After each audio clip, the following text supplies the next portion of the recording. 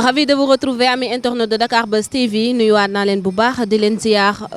di yéen ñi nga xam ne da ngeen safoo Dakar Buzz nee naa leen amuñu seen fay moo tax saay su ne rek dañ leen di indil ñi nga xam ne da nga leen di bëgg a gis ci écran bi ñun nag Dakar Buzz ñooñu fu ñu nekk rek dañ leen fay dem fekk ji daal di leen won seen soppe yi nga xam ne bëgg nañ leen gis ñu toog ak nag koo xam ne kenn dootu ko présenté ci àdduna bi rawatina Sénégal gi nga xam ne fii la dëkk muy def lu nice ci art bi di Sadia ñu koy nuyu di ko bàyyi ko mu présenté wu. salaamaaleykum Dakar Buzz j'espère que yéen a ngi ci jàmm bu baax a baax nuyu naa ñëpp nuyu Sénégal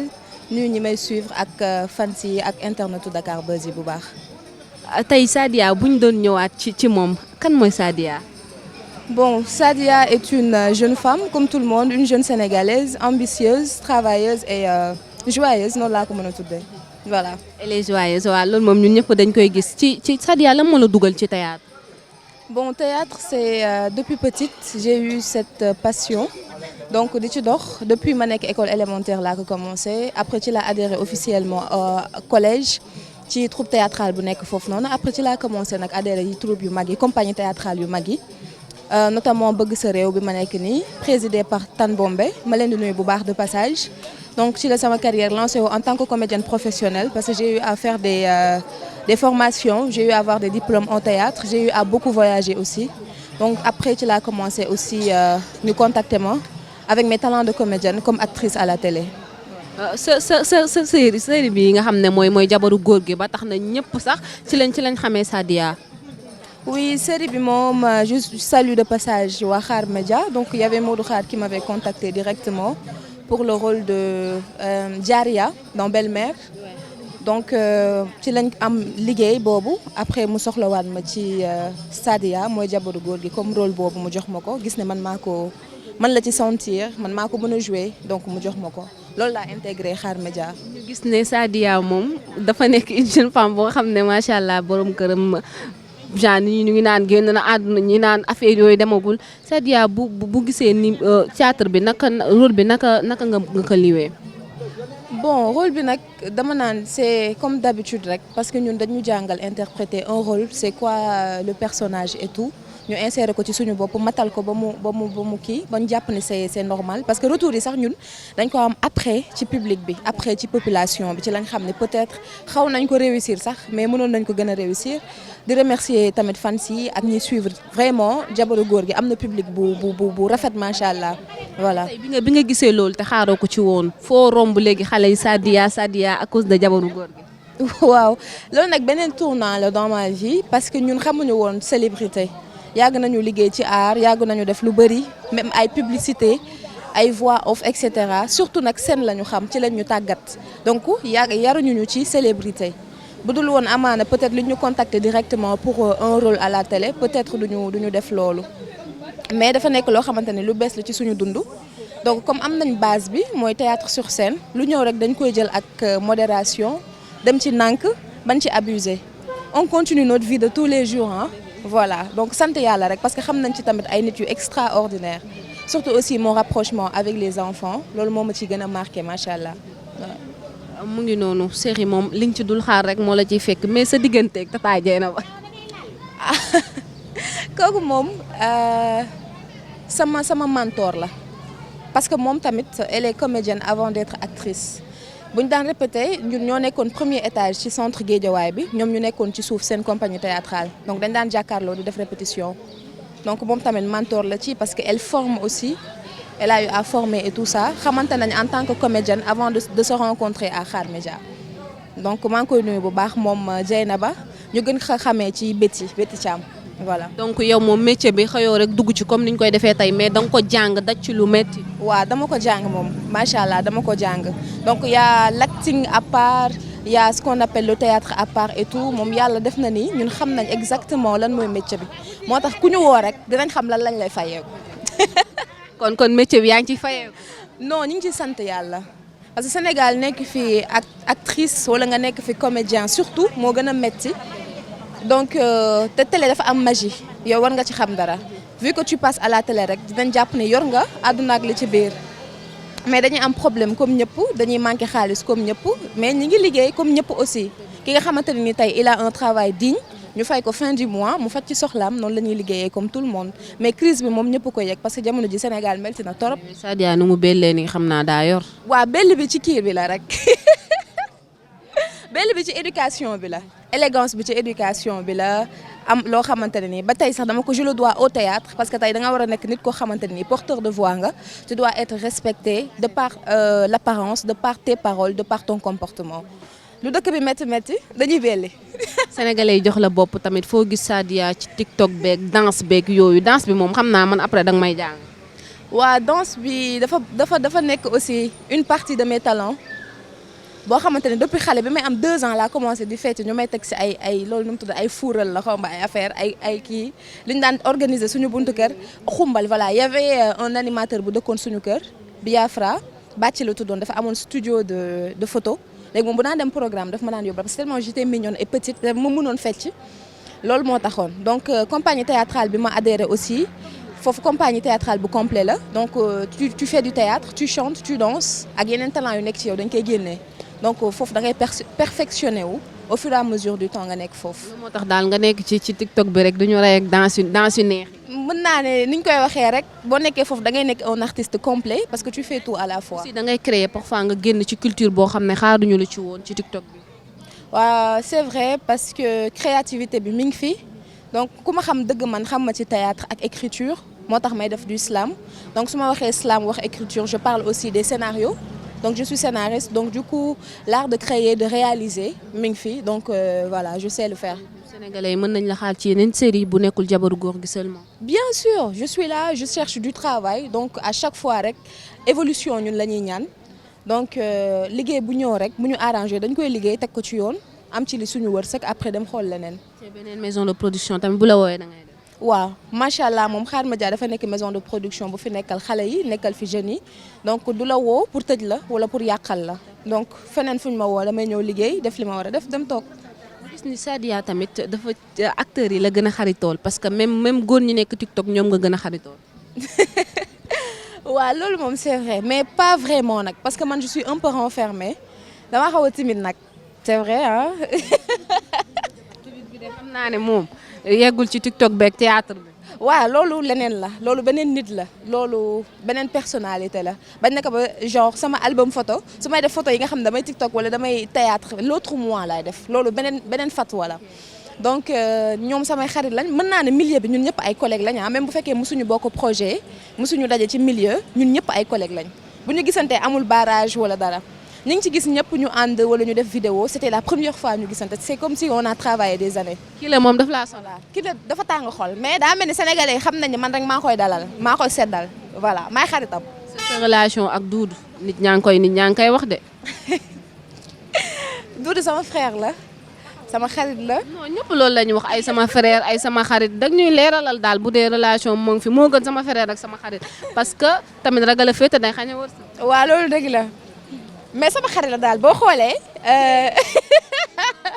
man su ma génnee fii damay utal Doudou kenn. sorxo moom attends rek dama def manipulation psychologique li ma bëgg a wax mooy gis nañ ma affiché wu ak ñeneen ñi bon ce sont mes collègues et tout ça mais Doudou moom c'est quelqu'un de très proche on a eu à parler à échanger boo xoolee dama indi fii moom ci la bokk mais sama frère la te sénégalais rek ñi ngi naan képp koo fi gis mu naan sama frère la. du frère am. sama frère ñun. ñun dinañ la nangul frère boobu noonu. waaw jàpp leen ci loolu rek. non ñoom ñëpp samay frère lañ vraiment ay nit yu baax lañ nag vraiment te boo xoolee xam nga ñun suñu biir dañuy faawante donc buñu gisantee dañuy kontaan dañuy bëggante parce que ku nekk da ngay apprécier sa morom li muy def voilà. Sadia avec ses parents biñ la gisee nga génn télé commencé yëngal. waaw avec mes parents ma famille ñoom mention spéciale lay wax surtout ma maman voilà li ma métti rek mooy récemment la sama papa décédé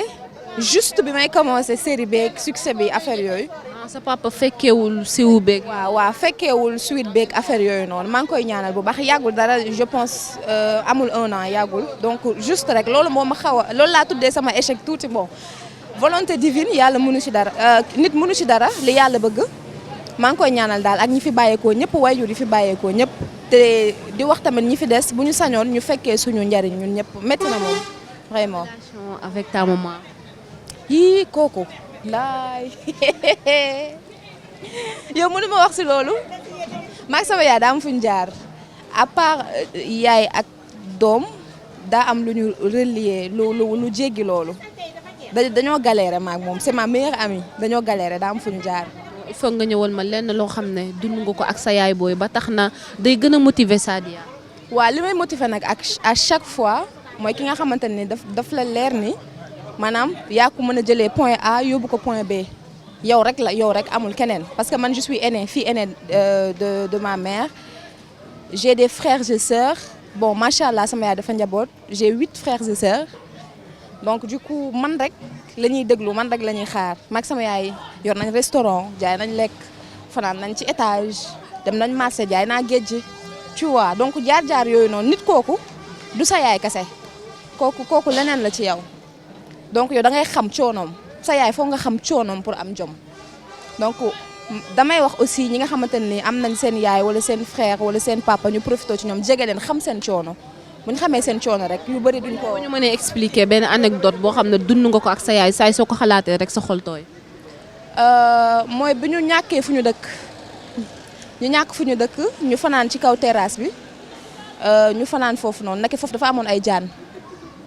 léegi ñu tëdd mi ngi doon taw da doon taw dafa xiin man maa gis éclair parce que damay ragal tëdd tiim asamaan si tiim ma léegi ñu ànd dugg ci biir naka tabax bi foofu dafa amoon ay jaan yu fa nekk benn jaan bu fa nekk man maa ko gis jaan yi après ñooñu dàqajee ci kaw ñu wàcc ci suuf donc là j'ai compris que fallait que ça change beneen bi mooy tamit bi ma ko fekkee ci kaw ma nëbb ko fekk dama demoon wuti mindaan liggéeyu mindaan donc ma ñëw wax ko mu dal sama kaw ne ma lan moo tax may bëgg a def loolu lan moo ma jaral may bëgg a def loolu fan laa jàppee ne moom sonn naa wala sonn nañ ba ma war a mën a dem defi loolu su ma ne ko man accepté naa joxe naa sama parole ba pare donc je commence lundi mu wàcc yàlla ne boo commencé dem liggéey mindaan nga bàyyi ma àdduna ak àllaaxira nga génn ci man àdduna ak àllaaxira da nga war a jàng da nga war a nekk quelqu'un da nga war a donc su ma xalaatee loolu rek après damay xam ne kii du sama yaay kase sama xarit la. da nga dund lu métti ak moom. waaw métti na kay métti na torop mais bon yàlla ba mais lan nga ko mës a jox ci bi nga duggee ci sa carrière bi loo xam ne neex na la torop. non joxaguma ko lu ma neex joxaguma ko xeeb naa ko lu ma ko jox xeeb naa ko joxaguma ko lu ma neex déedéet non suñu yaay yi dañoo war a dawal oto dañoo war a suñu yaay yi am kër yu baax yi waa yóbbu màkka waa lu war la quoi yooyu des na defaguma dara defaluma ko dara loolu yëpp des na sama rakk yi sama ñoo tax may dund ñoo tax man nee naa ma ñoo tax may nooyi donc am naa rakk bu góor bu topp ci man amaat ku topp ci moom yàlla dafa leen taaw man la def taaw man jigéen mënoon na leen def taaw ma topp si ñoom donc du coup xam naa li ma war a def ak li ma war mais sama yaay defaluma ko dara defaluma ko dara. Sadia bi Marème Dial feebaree nga génn ne yow tamit da nga am dépression loolu est-ce que c'est vrai. waaw loolu c'est vrai c'était une maladie boo xamante ne nag c'était très dur d'en parler jaar naa ci parce que tamit jaar yooyu yëpp yi ma la wax nii bokk na aussi ci li cautionné voilà loolu yëpp ak yoo xam ne du looy mën a wax nii c'est une maladie boo xam ne nag mën na dal ku nekk à un moment donné man dama ne comme que je suis porteur de voix j'ai mes abonnés j'ai ma communauté et toujours man samay écrit day défendre li nga xamante ni mooy injustice affaire yooyu ak genre cause yi donc pourquoi pas en parler motiver nit ñi ku ma mën a ma dimbali ko et tout ça donc c'est une chose boo xamante ni bon c'est le passé maintenant je vais très bien et je lance un message que c'est une maladie qui peut se soigner kum dal rek na nga dem faju ji nit ñi aussi en retour ñu am compréhension te kum dal ba pare aussi ñu defal ko réinsertion sociale parce que day métti nit ki tey bu fekkante ne am nga lu la dal wala nga am loo xam ne da nga tàggoog sa sago même boo ñëwaatee sax pour expliquer wala wax ak nit ñi wala pour bokkaat ci société bi dañ naan la non yow dof nga waxu dof rek ngay wax donc société bi ak population bi nañ leen jàppale bu baax a baax xëccaat leen jox leen loxo voilà. ñu ñëw ci fin bi rek li may tàggatoo ak yow nga xam ne moo lëmbe dëkk bi di porte à porte gi di mu ngi ñuy xaw a rey waa Dubaï Sadia moom xam naa bu dem Dubaï day làqatu ndax boo jugee dem rek ñu ne ci loolu la jëm. waaw mooy Twitter bi ma gis rek le gars il a dit actuellement quand tu pars à Dubaï même si c'est pas ça c'est ça actualité la nag de tout le monde en parle man nag du ma positionner situation bi parce que aw ma ci expérience musuma dem Dubaï xaw ma lan moo fa xew ku nekk ak li la yëkkati rek boo fay dem donc daal li may wax aussi rek ñun ñoom ñu ngi fii on reste sénégalaise te ku nekk say propre décision yow la engagé ce que tu veux faire de ta vie yow la engagé mais nañu moytandiku di juger aussi di juger bu ñuy juger doomu aadama yi te ku ci nekk rek li nga def yàlla xam na yow xam nga. mais tamit xam nga yenn yi duñ bëgg di ko dégg ci doomu Sénégal. waaw da lay metti parce que day ñaaw da ngay jàpp ne dafa ñaaw mais daal ku nekk daal boo wéetee daal tamit am na looy def loo xam ne du Dubaï porte à porte yi nduru na sax Dubaï porte à porte wala jege na ko wala gën na ko pire mais waaw amaan na ñuy def lu gën a pire loolu mais yàlla rek moo xam yàlla moo mën a juger nañu daal gën a def attention rek fii moom kenn muccul voilà. lan ngay tàggatoowee ak lan ngay conseil ñi nga xamante ne ñooy xale yi te nekk ci métier bi nga nekk. ñu gën a am ambition gën a focus ci seen objectif parce que comme tu viens de le dire le truc de Dubaï porte à porte mi ngi fi yooyu yëpp ay freinage la ci carrière boo ko moytuwul mën na la yàqal sa carrière aussi parfois nag destin day am mën nga retrouver au mauvais endroit au mauvais moment mais yow yaay moytandiku rek parce que kenn muccul comme ni ma ko waxee léegi surtout jigéen yi nekk ci milieu bi dafa metti dafa xat te dafa bëri ay ndog-ndog donc yow yaay xam rek fan mooy sa yoon nga jaar fa voilà. merci beaucoup ñu ngi lay jaajëfal. merci à vous merci à tous mes fans à ma famille merci à ma maman et merci Sénégal entier ak Dakar Buzz ak communauté Dakar Buzz merci. ami internet Dakar Buzz nii la woon rek nii lay demee saa su ne dañ leen di indil artistes yi nga xam ne da ngeen leen bëgg leen di gis ñu indi leen ko fii ci Dakar Buzz tegal leen ko ngeen di seetaan xam fu ñu jaar parce que nit ki boo koy bëggee kat war nga xam ci yoon bu mu jaar ndax nga mën a def li mu def wala nga def lu ko raw di leen ñaanal lekk jàmm ak tawfeex di leen wax ba beneen incha allah ak beneen artiste.